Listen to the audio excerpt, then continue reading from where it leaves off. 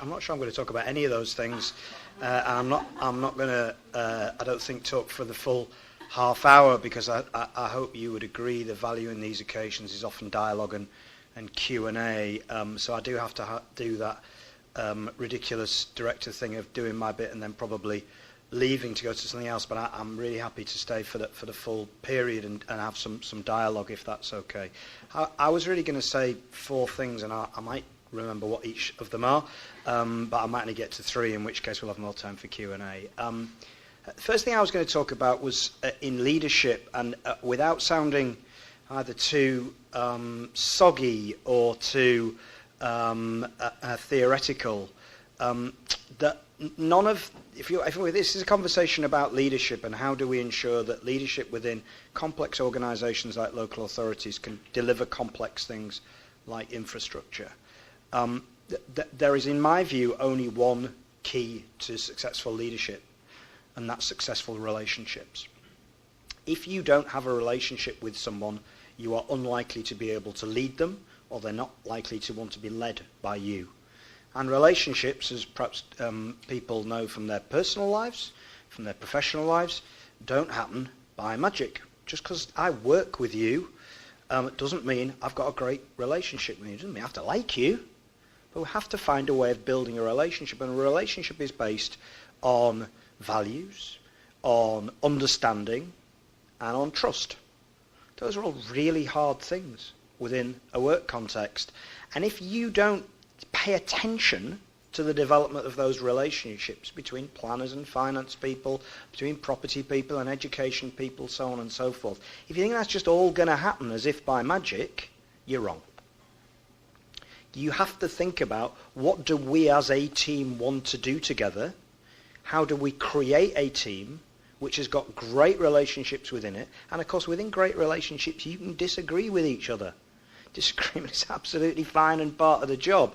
But you've got to be able to trust and work with people. And that, I mean, I might be speaking absolutely just sort of common sense to you, or I might be kind of speaking some airy-fairy management nonsense. But it's kind of what I think. So I don't think any of this hard stuff can be done without real relationships based on mutual understanding and mutual trust. And that means designing that. It means designing programs that can make that work. That's my experience in local government. It's certainly something that in Edinburgh we've put quite a lot of resources. It doesn't have to be expensive. It has to take a bit of time. You have to do that. So that's my first point, really, which is that in order to show leadership on any issue, but certainly on this, that there has to be a strong approach right at the beginning of whether it's setting up an LDP or an infrastructure program, whatever it might be, of understanding what are the key relationships and how we're going to make those great relationships. And anybody can do that. You don't really need to be an OD professional. Anybody can do it. You've just got to want to understand that it needs to be done, and you've got to make it happen. So that's my first point, really, is the importance of relationships in the centre of leadership. Secondly, I want to talk a little bit about, I suppose, I mean, my job is Director of Place. I'm responsible for everything from keeping the streets clean to planning and development. And my job was pretty deliberately designed because the joins across those areas are extremely important. So I've worked in, this is the third major local authority I've worked with. I worked in Newcastle for a long time and also in Greater Manchester for quite some time. And it was common for me to find structures where key bits of the dialogue, if you like, were in strange parts of the council, which made building those relationships were really difficult. So I'm quite fortunate in a way in having quite a wide brief, but being able to bring together kind of key parts of the landscape. But I remember doing a staff presentation. I'd not been in Edinburgh that long, and doing a staff presentation actually on locality working, I think. And there was myself and my chief executive. And again, what I'm about to say might be absolute bleeding common sense, but I think it's quite important because I think it helped penny drops of some of my colleagues. And we were having a session, it was somewhere in the Gilmerton area of Edinburgh, South Edinburgh, and we were talking about, some members of staff were saying, look, it's all very fine talking about this, that and the other, but there's going to be huge house building here. It's going to put massive pressure on our infrastructure, and it was seen as a threat. And all of you planners in the room will know that often local communities see those kind of development programs as a threat, so on and so forth. And I said something which I thought to me was just, again, kind of blinding common sense. But I said, look, we don't want to build homes in this part of the city. We don't want to build houses.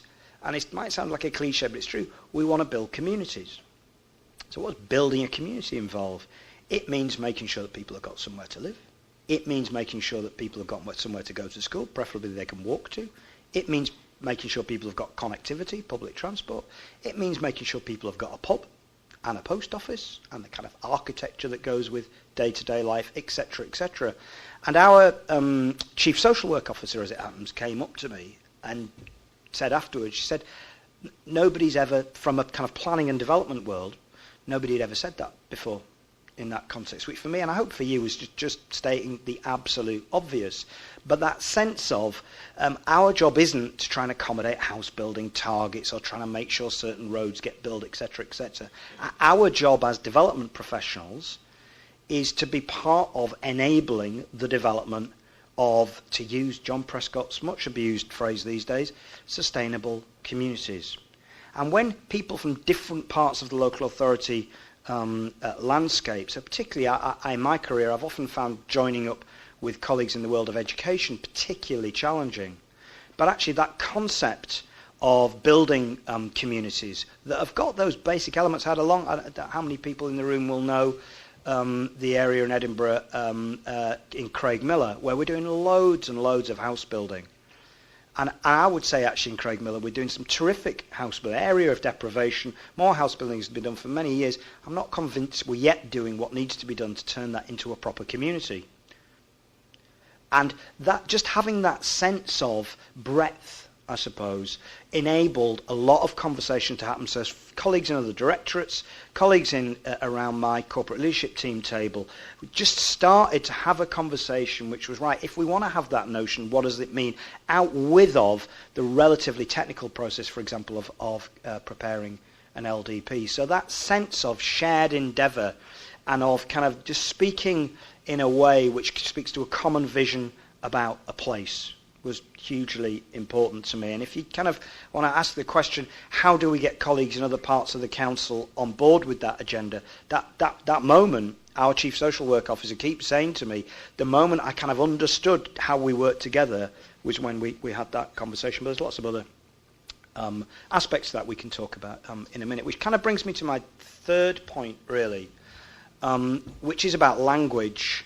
And I often say this, local government is a funny thing, and the kind of people who work in local government, we're often kind of there by dint of happenstance, by which I mean there are lots of professions which have absolutely nothing to do with each other. It's not as if somebody kind of sat down very carefully and said, in order to really understand what kind of professional skills are needed to turn, wherever it might be, into a better place, what skills do we really need to have within an officer corps or whatever it might be? It kind of didn't work like that.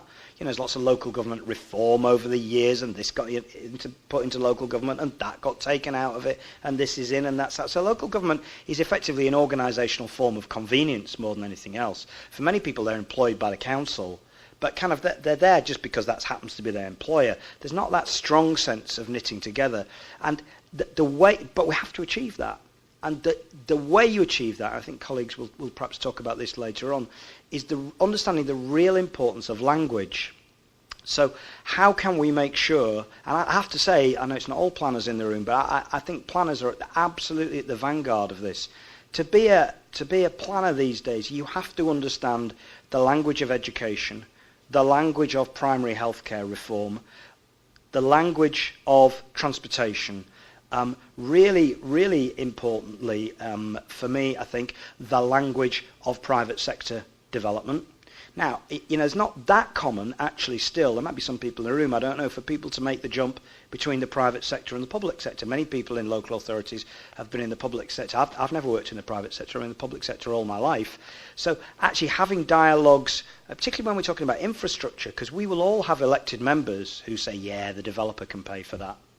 And actually, if you don't understand the way the balance sheet on an appraisal works, or you don't have access to that through property colleagues, then you're not going to know that. And that sense of being able to hold all those languages together in one place and synthesize them in the way members can understand and the public can understand, you can't do the job.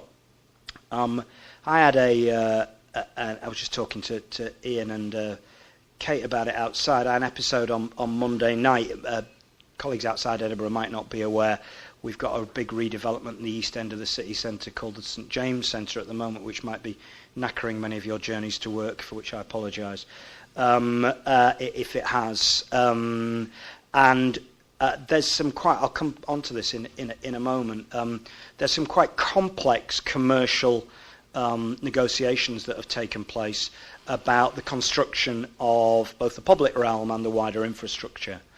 And I had a dialogue with the community council, which was peopled by some of the more, should we say, well-heeled, and there wasn't anybody here in the room who was there on Monday night, just before I carefully think about what I'm going to say. Was there? No, excellent, thank you. Some of the more well-heeled members of the Edinburgh community, many of them property and design professionals themselves, and I was having to try and explain to them pretty badly a set of commercial relationships, a range of planning issues and conditionalities, a range of transportation issues, and a kind of wider range of economic considerations. Because from members of the public's point of view, all those things are kind of relevant to them, and the public don't kind of decide between, well, that's a planning issue, so only the planner can answer, and that's a property issue, and so on and so forth. And so the synthesis of those issues, many in real life examples, Piccadilly Place it was on Monday night, but I'm sure you've all got your own examples, thinking through that. So that skill to understand those different languages is absolutely at the heart of what local authorities need. I'm fond, my colleagues in the room will be fed up of hearing me say this, I'm really, really fond of the construct of multidisciplinary teams, of people, slightly setting aside, I work in this department or I work in that department, but actually, what disciplines do we need to bring together and share a language in order to take forward a tram extension or the development of West Edinburgh or whatever it might be. So that multidisciplinarity, I don't think that's a word, and that ability to understand different languages is absolutely vital in the development of those leadership skills. And then I think that the penultimate thing I want to say, I just want to briefly touch at the end on kind of corporate leadership arrangements. The penultimate thing I really want to talk about is perhaps just a few reflections on what I think you talked about this morning, which is that the complexity of infrastructure funding. Because you all know that the public sector isn't going to meet the needs of infrastructure that your communities and authorities need. You also know that the private sector, through Section 75s or anything else for that matter, community infrastructure levy or whatever it might be, is not going to meet all those needs. There are going to be gaps.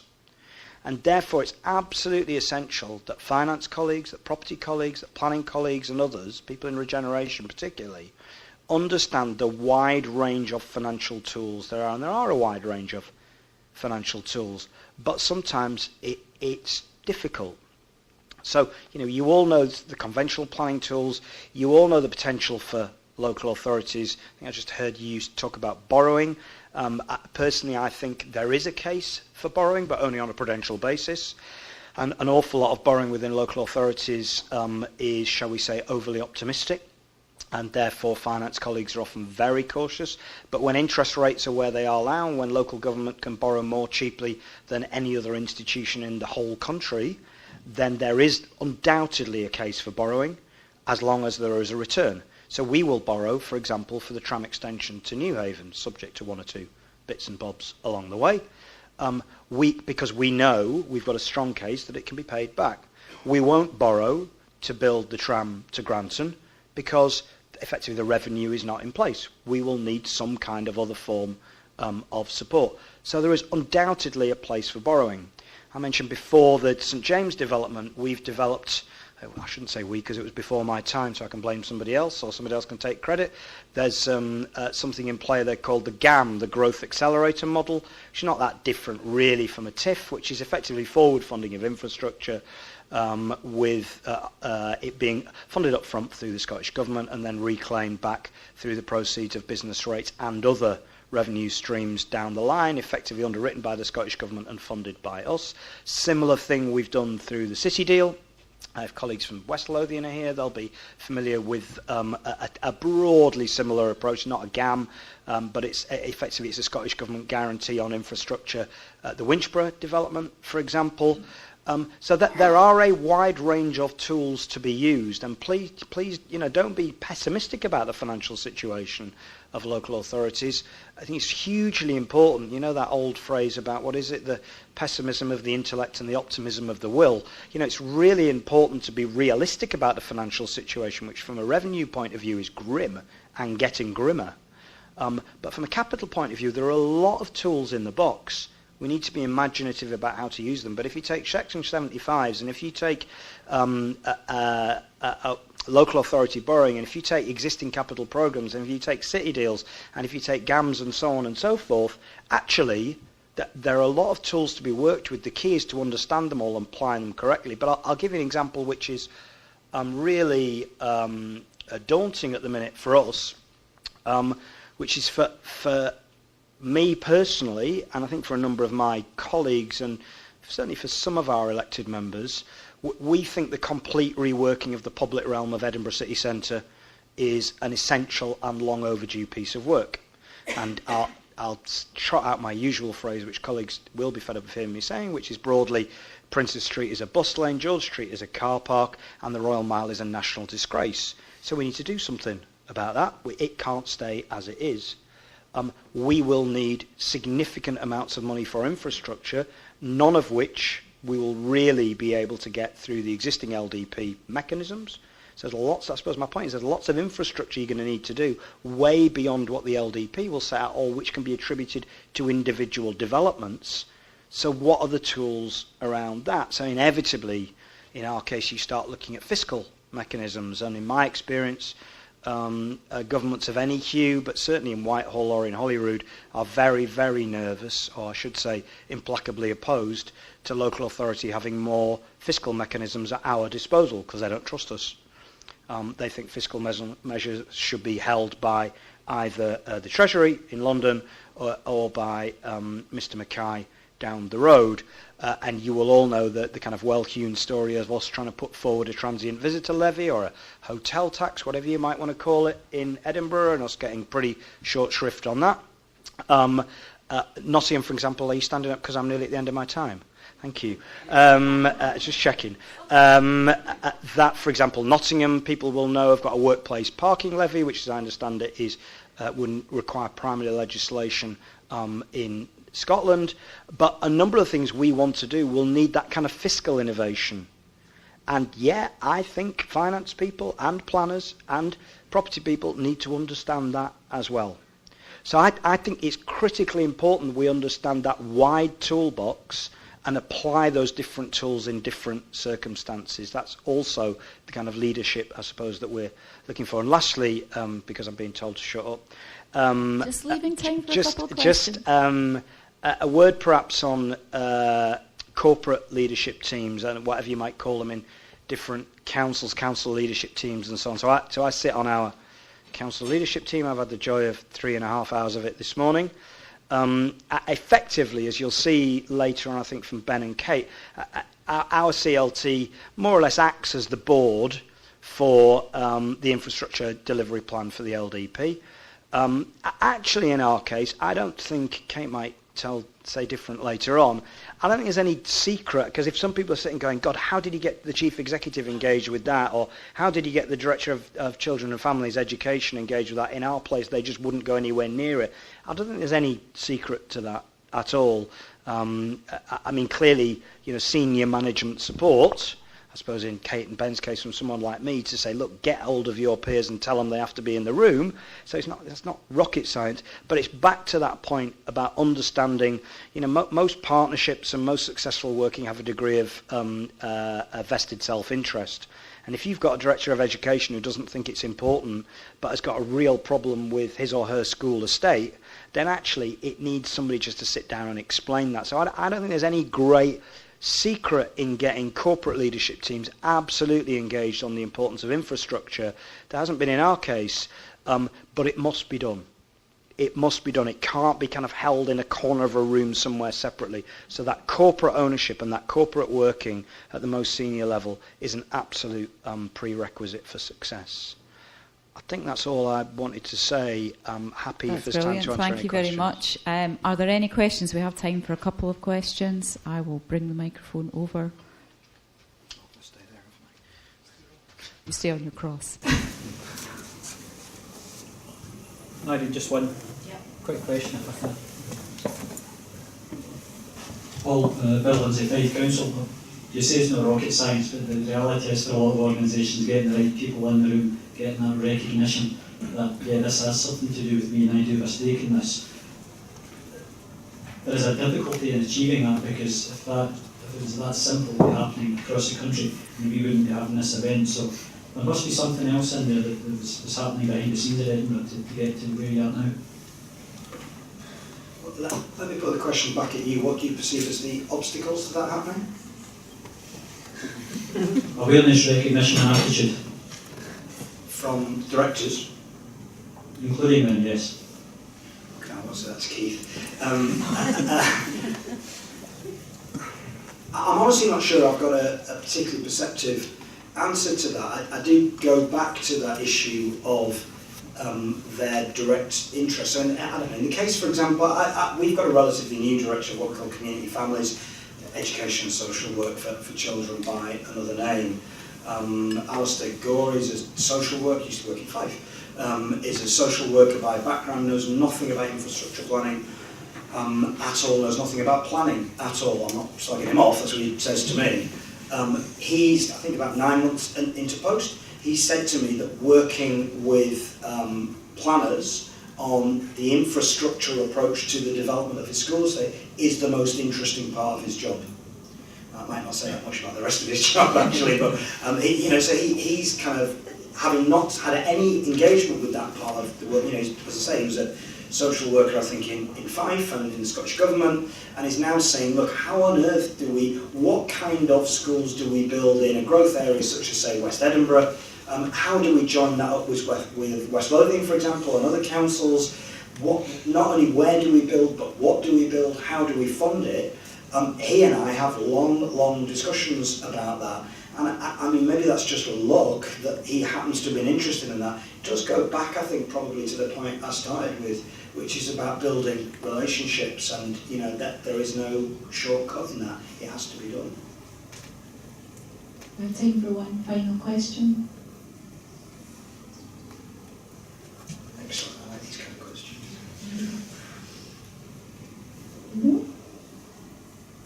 Okay, well, with that then, I will thank you very much. That was exactly the sort of message that we were hoping for, because it is that kind of corporate buy-in that has led us to be here today and looking at what Edinburgh are actually doing to move forward on the conversations that we've already been having today. So, if it's all right with everyone, just thank Paul for his time, and then we'll move on. Thank you very much, Paul.